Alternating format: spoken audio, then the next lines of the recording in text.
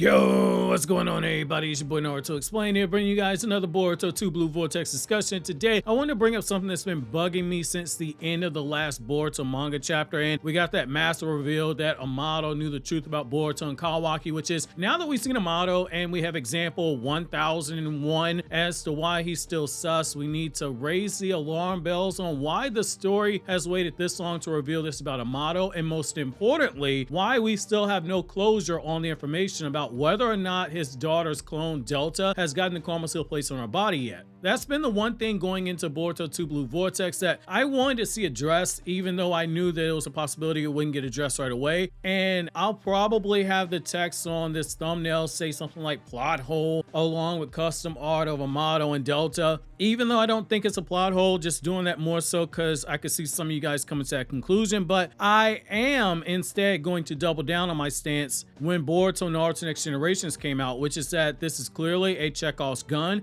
and it's going to have huge ramifications in the future when this does end up being a plot point that gets paid off. Again, I don't expect it to be paid off right away. I think that we're still a ways away from that. For those of you guys who are new and haven't heard me use that term, Chekhov's gun, before, or you've never heard it used before in your life, in short, the term is something that you'll encounter in literature circles by literature nerds such as myself who study the art of writing, or people such as myself who have worked in the publishing industry before. A Chekhov's gun basically means when you introduce something into a story, like say a gun sitting on a nightstand in a bedroom, there's a belief that by the end of the story, that gun has to have been picked up at least once, or fired off at least once, or have been used in some kind of capacity by the end of the story itself. Not everything that you see introduced is a Chekhov's gun though, let's make that clear. But something like this definitely meets that criteria because when it was introduced, it had all the classic red flags that you would be looking for. Amado had told us that this was his only way and his last option to have his daughter's soul placed back into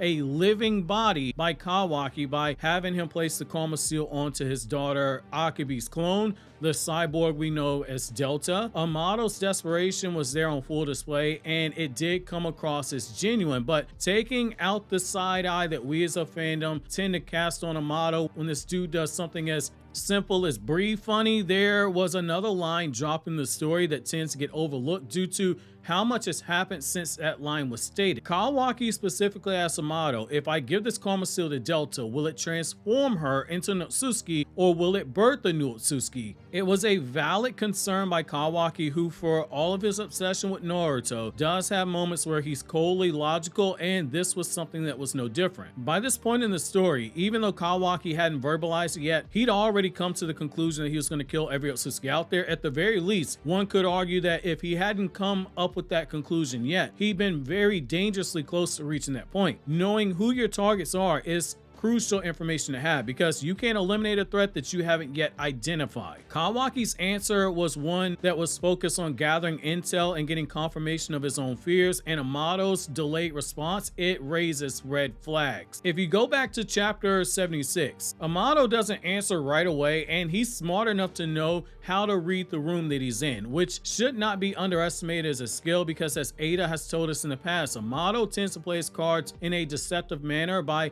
making messes and swooping in later with the answer to the problem that he created. It allows him to hide behind a manufactured chaos that everyone is dealing with while making himself feel more indispensable by having the solution to the problem that everyone's dealing with. That way they all thank him, hey Amado, thank you for the solution, while simultaneously getting information on how the people around him respond to certain manufactured stress tests. He's what Robert Greene talks about in the 48 Laws of Power and the 33 Strategies of War, which is to be a master of manufactured chaos, because an enemy who is always reacting to your actions or is caught up in chaos is easier to manipulate because it's easier to move one piece at a time strategically than it is to try move several pieces all at once. Someone who is constantly reacting never has time to actually plan. Amado takes his glasses off and begins to lay it on thick, knowing that Naruto is right there in the room, fresh off of trauma that came from seeing his firstborn son get killed in front of him, and the sad expression on Naruto's face when Amado starts giving this emotional reaction, it plays right into it. Amado was tugging on the heartstrings right at the moment that the conversation was getting intense, and it might have gone into a direction that he didn't have answers for.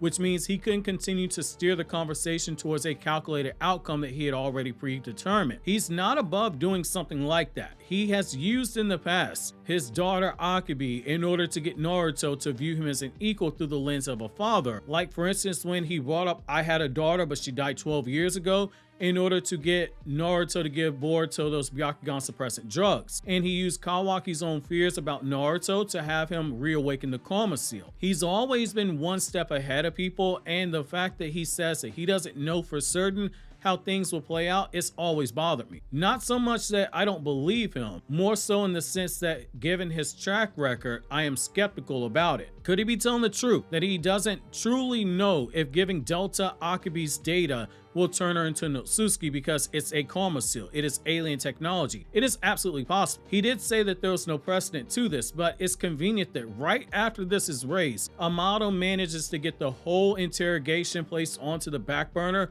to pick up the next day, which conveniently gives him the entire night to go over the information he gathered and rethink his moves accordingly. Perhaps it was in that moment he realized what Kawaki was saying without Kawaki saying it, which is that if she does get turned into Otsutsuki, he won't hesitate to kill her. Otsutsuki or not, Akebei would still be his daughter. Amado would still move to protect her. However, even if that's the case, it should be irrelevant when you look at Amado's situation there, because he literally has a shutdown code inside of Kawaki that he could use if he ever thought the guy was going to be a threat to his daughter. What's interesting here is that in the last chapter, Amado says his daughter's DNA is inside of Kawaki's karma and that he's confirmed it when he looked over Kawaki's body. Yet despite being armed with this information and being so desperate to have his daughter's soul placed in the Delta's body, if you go back over the conversation with Sumire, he made no mention of Delta possessing the Karma Seal and it extracting Akebei's data into Delta at all. In fact, just as we never saw Amado until chapter 5 of Boruto 2 Blue Vortex, it's important to note we haven't seen Delta either. Even when we were shown the condo where Team 7 was staying at and Mitsuki and Kawaki were standing on the balcony, we saw no peep of Delta, no sign of life of Delta. We had a whole invasion of Ten-Tails Claw Grimes inside the village, and Shikamaru ordered all capable fighters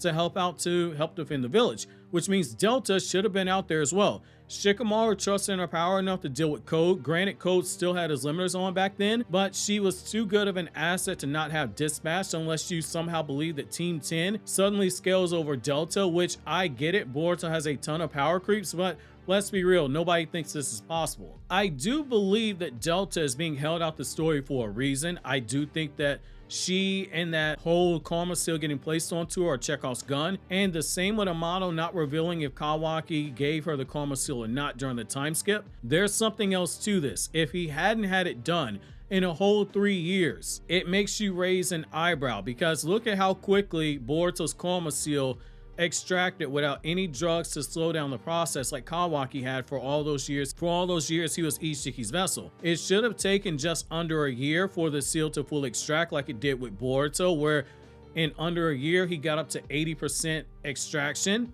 which given that it's been 3 whole years, Amado has had the opportunity for this to happen. He should have his daughter back. So the question is, why hasn't it been shown or confirmed in passing through a statement? It's a monthly manga, and even if this was weekly, I wouldn't expect this answer soon, but I personally can't shake the feeling that this is a Chekhov's gun and that we're going to wait to see it go off, and it's going to be the source of a bigger plot twist in the future.